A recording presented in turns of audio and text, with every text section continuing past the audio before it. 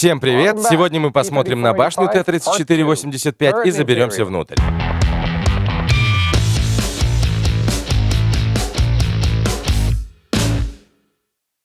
Башня, конечно, сильно отличается от предыдущей модели. В ней было установлено орудие более крупного калибра. Также теперь в ней находилось 3 члена экипажа. И это отлично, потому что теперь командир мог спокойно командовать танком, не отвлекаясь на другие обязанности. Стандартная башня Т-34-85 имела 75 мм брони в лобовой части и 52 мм по бокам и сзади. На более поздних моделях, ближе к концу 1944 года, во лбу башни было уже 90 мм, по бокам и в задней части 75. Башня летая, но ее крыша представляла собой обычный приваренный лист металла. У командира появилась командирская башенка.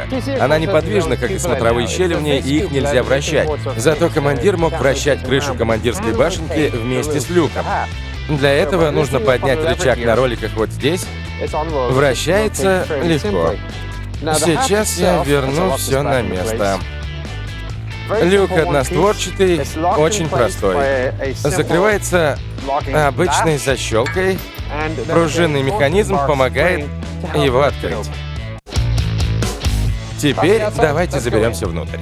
Место командира не самое удобное из всех, на которых я побывал. Мне бы пришлось идти в бой с торчащей из башни головой. По непонятным мне причинам у командира есть 2 подставки для ног.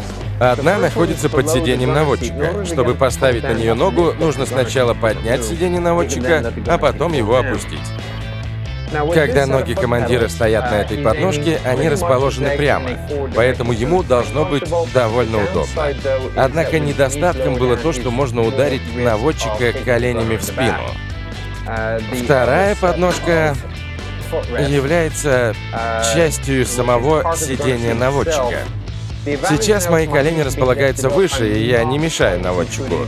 Но колени находятся под углом 40 градусов, поэтому бой пришлось бы вести в таком изогнутом положении. Это не кажется мне очень удобным. И неважно, как долго вы остаетесь в таком положении. С обзором у командира все в порядке. У него есть 5 отдельных смотровых щелей. Если машина находится под огнем, можно потянуть вниз за эту ручку, чтобы закрыть смотровое отверстие. Перед командиром располагается бинокулярный или некратный прибор наблюдения, который можно наклонять и, в теории, вращать, но это немного туговато. Никаких элементов управления танком у командира нет. По сути, он просто в нем едет. Он не может переключить управление на себя. Рядом с командиром находятся места для хранения различных вещей, поэтому тут тесновато. Хотя, с другой стороны, его главная обязанность — просто командовать танком. Командиры стандартных 34-ок явно были довольны, ведь раньше они выполняли и другие обязанности. Также отмечу, что если бы впереди не сидел наводчик, я бы мог вытянуть ноги и при этом все равно управлять поворотом башни. Не сказал бы, что командир сможет полноценно заменить наводчика, потому что у него нет прицела, но поворачивать башню довольно удобно. Управлять орудием, конечно же, намного удобнее с места наводчика. Туда и отправимся. Но это было легко. А сейчас я вам покажу пример изящества в действии. Танк довольно простой, но это не мешает ему быть элегантным. Сидите вы здесь и думаете, где управление электромеханическим поворотом башни? Ручное управление башней орудием у вас, конечно, есть, но где же электрическое? Обычно для этого есть отдельные элементы управления, но не в этом танке. Конструкторы сэкономили место. Нужно повернуть рукоятку ручного механизма влево-вверх, потянуть за нее, и вот вы уже включили электрический механизм. Он не такой точный, но вручную поворачивает намного дольше. Попробую повернуть башню направо. Ток!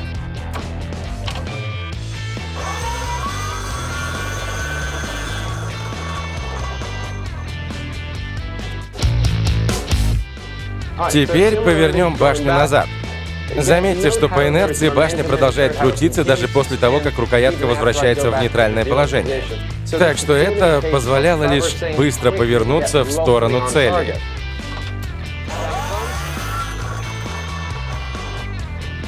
Потом нужно было вернуться в ручной режим и точно навести орудие. Вы видели, как быстро вращается башня? Заряжающему, который держал в руках большой 85-мм снаряд, нужно было быть очень внимательным, когда башня неожиданно начинала вращаться. Для наведения на цель наводчик использовал прицел ТШ-15. На данной машине он демонтирован. В прицеле была установлена лампочка, чтобы можно было подсветить перекрестие прицела в ночных условиях. А к январю 1945 года прицел стал оснащаться обогревателем, чтобы он не запотевал.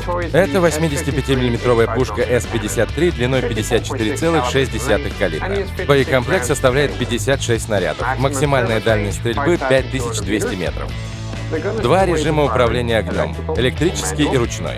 Электрический спуск расположен на рукоятке вертикального наведения орудия. Ручной спуск расположен рядом с электрическим. Нужно потянуть за шнур, и орудие выстрелит. За электрическим и ручным спусками находится квадрант. Он используется, например, для ведения огня по цели ночью с помощью карточки огня, когда вы не видите цель, но знаете расстояние до нее. Можно вести и стрельбу непрямой наводкой, но без индикатора азимута точной она не будет. Слева находится стандартный индикатор азимута. Это обычный указатель. На внутренней стороне погона башни есть шкала делений, которая приблизительно указывает, на сколько градусов относительно корпуса смотрит орудие. Перед наводчиком расположены переключатели между орудием и спаренным пулеметом. Любопытно, что и орудие, и пулемет могут быть активированы или отключены одновременно. Не совсем понимаю, как это должно работать, поэтому включим орудие и отключим пулемет. Спаренный пулемет ДТ калибра 7,62. Всего в магазинах 1800 патронов. Слева находится пистолетная бойница. Такая же есть с другой стороны башни. Нужно открутить и опустить крышку и вытащить заглушку. Так можно вести огонь по целям из револьвера, который в основном использовали танкисты. Потом возвращаете заглушку на место, привинчиваете крышку, вот и все. Также справа находится защитное ограждение казённика, которое может устанавливаться в походное положение. Отпирающий механизм находится здесь, но он намертво зафиксирован, поэтому я не могу показать, как поднимать и опускать ограждение, но достаточно сказать, что это можно было сделать. У наводчика не было своей подножки, но для него это не первостепенно, потому что ему нужно было поворачивать башню. С местом наводчика закончили, переходим к месту заряжающего. Мы на месте заряжающего. Здесь все становится немного сложнее. Во-первых, у башни нет поворотного пола. Я стою прямо на ящиках для снарядов, которые лежат на полу корпуса. Так что наводчику нужно перемещаться по танку крайне осторожно. Вы видели, с какой скоростью вращается башня на электрическом приводе? Очень и очень быстро. Так что велика опасность споткнуться и упасть или серьезно повредить ноги. Конечно, у него должно быть свое сиденье, но я никогда не видел заряжающего, сидящего на своем кресле во время исполнения своих обязанностей. Оно больше нужно для маршей и перемещений на большие расстояния. Так что в этом танке сиденье заряжающего отсутствует. Наверное, ему просто надоело, что оно постоянно мешало. У него и так хватало проблем. Как вы видите, Сейчас я встану и покажу, как мало тут места. Ну вот, теперь вы можете представить, где находится пол и как согнуты мои ноги. Да, я знаю, что я довольно высокий, но 30 сантиметров разницы особой роли тут не сыграют. Нужно быть ниже более чем на 30 сантиметров, так что заряжающий должен быть очень невысокий. 85-миллиметровые снаряды, кстати, совсем не маленькие. Они намного тяжелее, чем 76-миллиметровые снаряды стандартного Т-34. Если я попробую задвинуть снаряд в казённик, то он туда не поместится, потому что казённик завален. Задняя часть снаряда находится на подпружиненном дефлекторе. Это удобная и нужная вещь. Дефлектор поддерживает длинный снаряд, и тогда заряжающему проще посылать его в казённик левой рукой, которая обычно более слабая. Так ему не приходится держать весь снаряд на весу. Потом, конечно, дефлектор убирается в сторону, чтобы снарядная гильза могла выпасть на пол. Ну а потом заряжающий может об нее споткнуться. Также у заряжающего есть перископический прибор наблюдения, который, как обычно, можно наклонять и поворачивать. На крыше башни, прямо над пулеметом, находится лампа с плафоном. Довольно удобно, потому что менять пулеметные диски в темноте было бы не очень приятно. Рядом с заряжающим находится 16 снарядов первой очереди. 4 на борту башни позади него и еще 12 в нише башни. Остальные 60 снарядов калибра 85 мм хранились в корпусе. В отличие от американских танков, в которых есть съемные панели, которые образуют своего рода пол, в Т-34-85 под ногами находятся ящики с боеприпасами, что особенно неудобно для заряжающего, когда он перемещается по башне. Догадливые зрители поймут, что эта часть серии снята в другом танке в другой день. У нас тут был небольшой инцидент с картой памяти и монстром из башни. Как бы то ни было, мы в Т-34 на месте пулеметчика, и, надо сказать, тут все довольно печально. И не потому, что мне тут неудобно, хотя я обычно именно на это и жалуюсь. На самом деле, сиденье довольно удобное. Я даже смог выпрямить ноги. Я могу вытянуть обе ноги в нос танка. Но больше меня беспокоит тот факт, что я ничего отсюда не вижу. Единственное, через что вы можете видеть окружающий мир, помимо люка мехвода, это вот это маленькое отверстие, из которого вы ведете огонь из пулемета ДТ. В шуме боя вы не будете иметь ни малейшего понятия, что происходит вокруг. Все, что у вас есть, маленькое узкое отверстие. Кстати, что произойдет, если танк будет подбит? Здесь, рядом с моими ногами, есть очень-очень маленький десантный люк. Ну, очень маленький. Все же он немного больше, чем в Матильде, как мне кажется. У пулеметчика есть 22 магазина с патронами для пулемета. Они хранятся в двойных полках здесь, одиночных здесь. Тут была стопка магазинов, и еще один был в самом пулемете. Закреплен пулемет обычным стопором. Слегка откручиваете его, и готово. Пулемет хорошо зафиксирован. Практически не надо прижиматься к нему плечом. И плечевая защита здесь не нужна. Если радиостанция устанавливалась в корпусе, она была бы на правом борту. В этом танке она установлена в нише башни. Кроме всего прочего, пулеметчику приходилось думать о том, как не мешать мехводу, в том числе не мешать переключать передачи. Стоит также отметить, что внутреннее пространство сильно ограничено. Короба со спиральными пружинами подвески находятся здесь и здесь. Это недостаток на машинах с подвеской Кристи.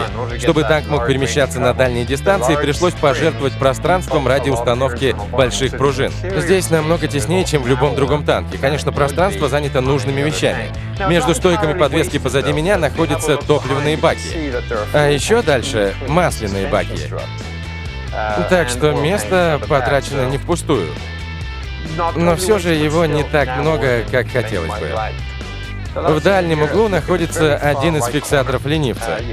Как я уже говорил, чтобы натянуть гусеницу, нужно отсоединить эти фиксаторы изнутри, отрегулировать натяжение снаружи, а потом вернуть фиксатор на место. Кроме всего прочего, ногам пулеметчика мешает ось переднего катка. Следующая остановка — место мехвода. Ну вот, я на месте мехвода. Колени мои, естественно, согнуты. Это работенка для невысоких танкистов. Для обзора у него есть два призменных прибора наблюдения. Люк открывается очень просто. Поднять его можно с помощью этой большой цилиндрической пружины.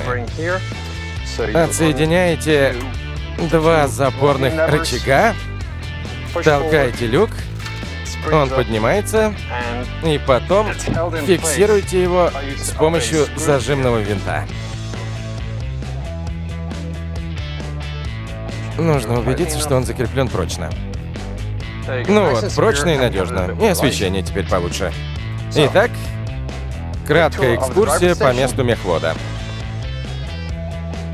Сейчас моя нога на педали сцепления. Вот так она нажимается. Педаль тормоза по центру, акселератор справа. Управление, как обычно, осуществляется с помощью двух рычагов. Они также выполняют и функцию тормозов. У системы управления есть два положения. В первом отключается педаль сцепления, мощность передается только на одну гусеницу. Если рычаг во втором положении, включаются тормоза внутри. Недостатком является то, что мощность расходуется неэффективно, поэтому Т-34 поворачивается рывками. Скорость движения танка сильно замедляется при повороте. Вы спросите, а в чем же плюс? Танк было очень легко производить. Но быть мехводом довольно утомительно. Слева находится регулирующий клапан для системы запуска двигателя под высоким давлением. Есть два способа запустить двигатель. Либо с помощью стандартного электрического стартера, либо, если он не работает, с помощью системы сжатого воздуха. Баллоны со сжатым воздухом находятся в самом носу танка. Включайте ее, и поток воздуха под высоким давлением запускает двигатель. Это компрессионная система, она работает не на электрике. Двигатель заработает, затем должен запуститься генератор переменного тока, обеспечивая танк электричеством. Заправить баллоны со сжатым воздухом можно только механически. Система не закачивает воздух сама, поэтому это не основной способ запуска двигателя. Также не могу не отметить, что я нахожусь за погоном башни. Как раз на уровне моей груди.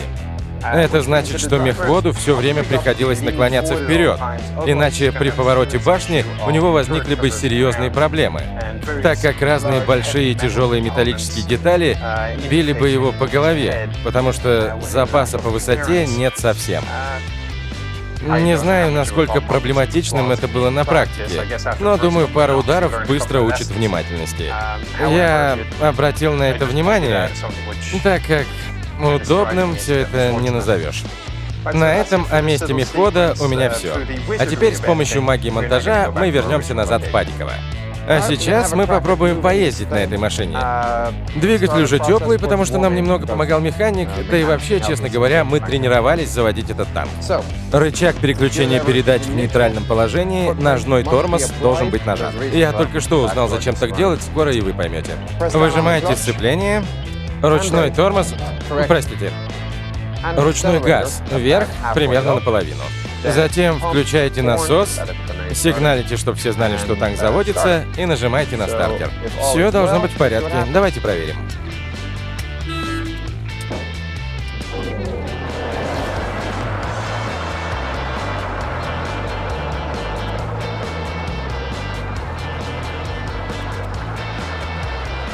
Сейчас танк на холостом ходу. Чтобы включить первую передачу, рычаг должен быть в положении заднего хода.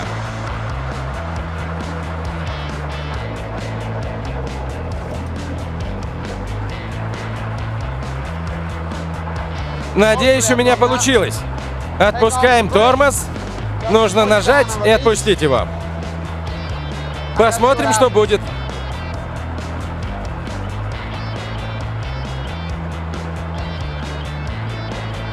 Немного лязга, но в целом неплохо. Чуть-чуть разогнались. Давайте остановимся здесь. Чтобы переключиться в нейтральное положение, нужно опять включить задний ход.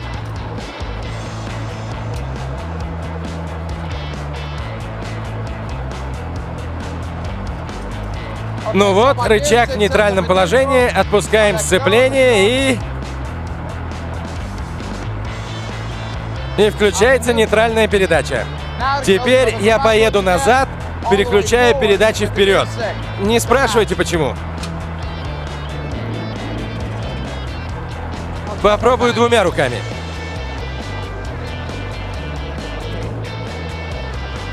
Ай!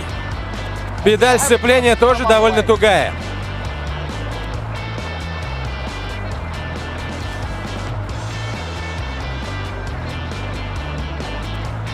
Задний ход работает.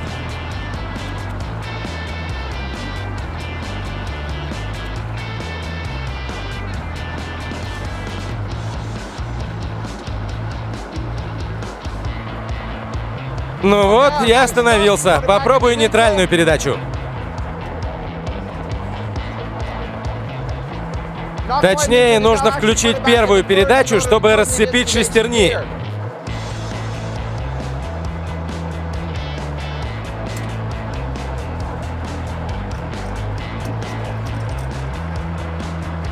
Так что, если я сейчас отпущу педаль...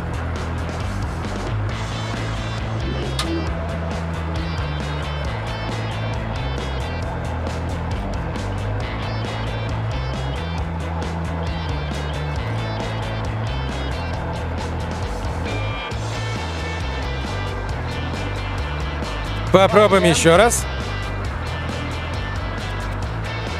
Ну вот, коробка передач отключена.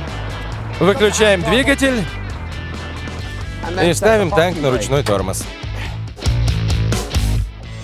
Когда я переключался с заднего хода на первую передачу, чтобы отключить задний ход, я далековато поставил рычаг. Включилась первая передача, и танк пополз вперед, когда я убрал ногу со сцепления.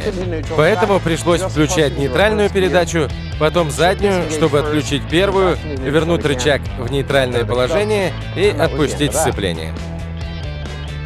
Вот почему нужно использовать ножной тормоз, прежде чем выключить двигатель, потому что вы не знаете, отключили ли вы передачу.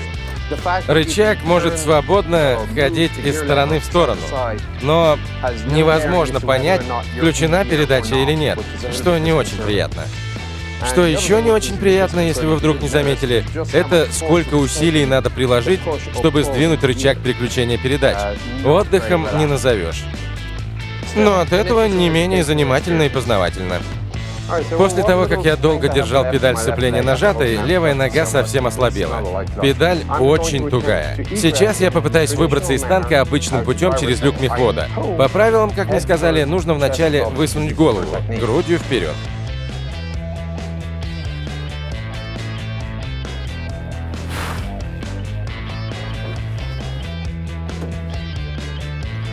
Так, ноги не застряли, это уже хорошо.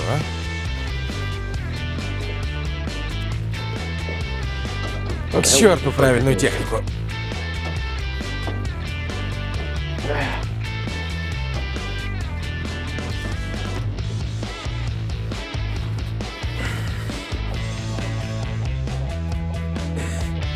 Так, кто же установил рычаг управления здесь?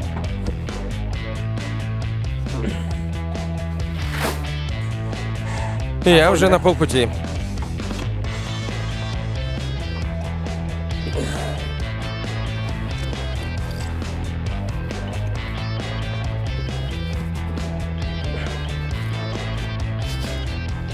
Почти свалился с носа танка.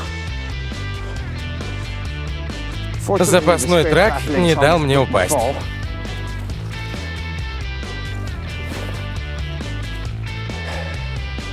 Знаете, если бы танк сгорел, я бы выбирался через башню. Русские зрители будут мной недовольны, но мне не очень нравится этот танк. Не поймите меня неправильно, я безмерно его уважаю. Как стратегическая машина, принесшая Красной Армии победу в войне, этот танк идеально сыграл свою роль. Но скажу как танкист, танк строился исключительно исходя из нужд государства. А об удобствах для экипажа никто особо не заботился. Возможно, это культурная особенность, но мне, как западному танкисту, эта концепция не очень нравится. Было построено 35 тысяч Т-34-85, а если добавить к этому предыдущие Т-34, то получится около 80 тысяч танков. Уже этот факт прочно вписал Т-34 в танковую историю. К концу войны танк уже начал немного устаревать. 90% попаданий из противотанковых пушек пробивали броню Т-34. Но то, что танк все еще находился на вооружении на заключительном этапе войны, свидетельствует о том, насколько хороша была оригинальная конструкция первых Т-34 в 1940 году. Но в каком-то смысле это был эволюционный тупик. Благодаря таким особенностям, как подвеска Кристи, странная система управления, наклонная броня по всему корпусу, Т-34 был замечательным танком начала войны. Но на последующих советских танках все это уже не использовалось. После войны танк широко экспортировался и продолжал состоять на вооружении армии в разных странах мира. Любой, кто хотя бы базово разбирался в механике, мог поддерживать эту машину на ходу. Примерно 10 лет назад, во время протестов в Венгрии, протестующие залезли в танк-памятник Т-34, завели его и отправились атаковать полицию. К сожалению, они забыли об основах танковой войны, они оставили пехоту позади. Поэтому полиция просто подошла к танку и наполнила его слезоточивым газом. Потому что люки тоже забыли закрыть. Вот почему навыки экипажа так же важны, как и сам танк. Это был обзор Т-34. Надеюсь, это видео было для вас интересным и познавательным. До скорой встречи. Русские меня возненавидят. Мне не очень нравится этот танк. Ну вот, сейчас продюсер что-нибудь в меня кинет. Заберемся внутрь. Ау. Холодно. Небольшой люк доступа к механизмам под 22 снаряда. Да, это было неожиданно. Чтобы провести обслуживание механизмов под... Последняя фраза. Всегда на последней фразе.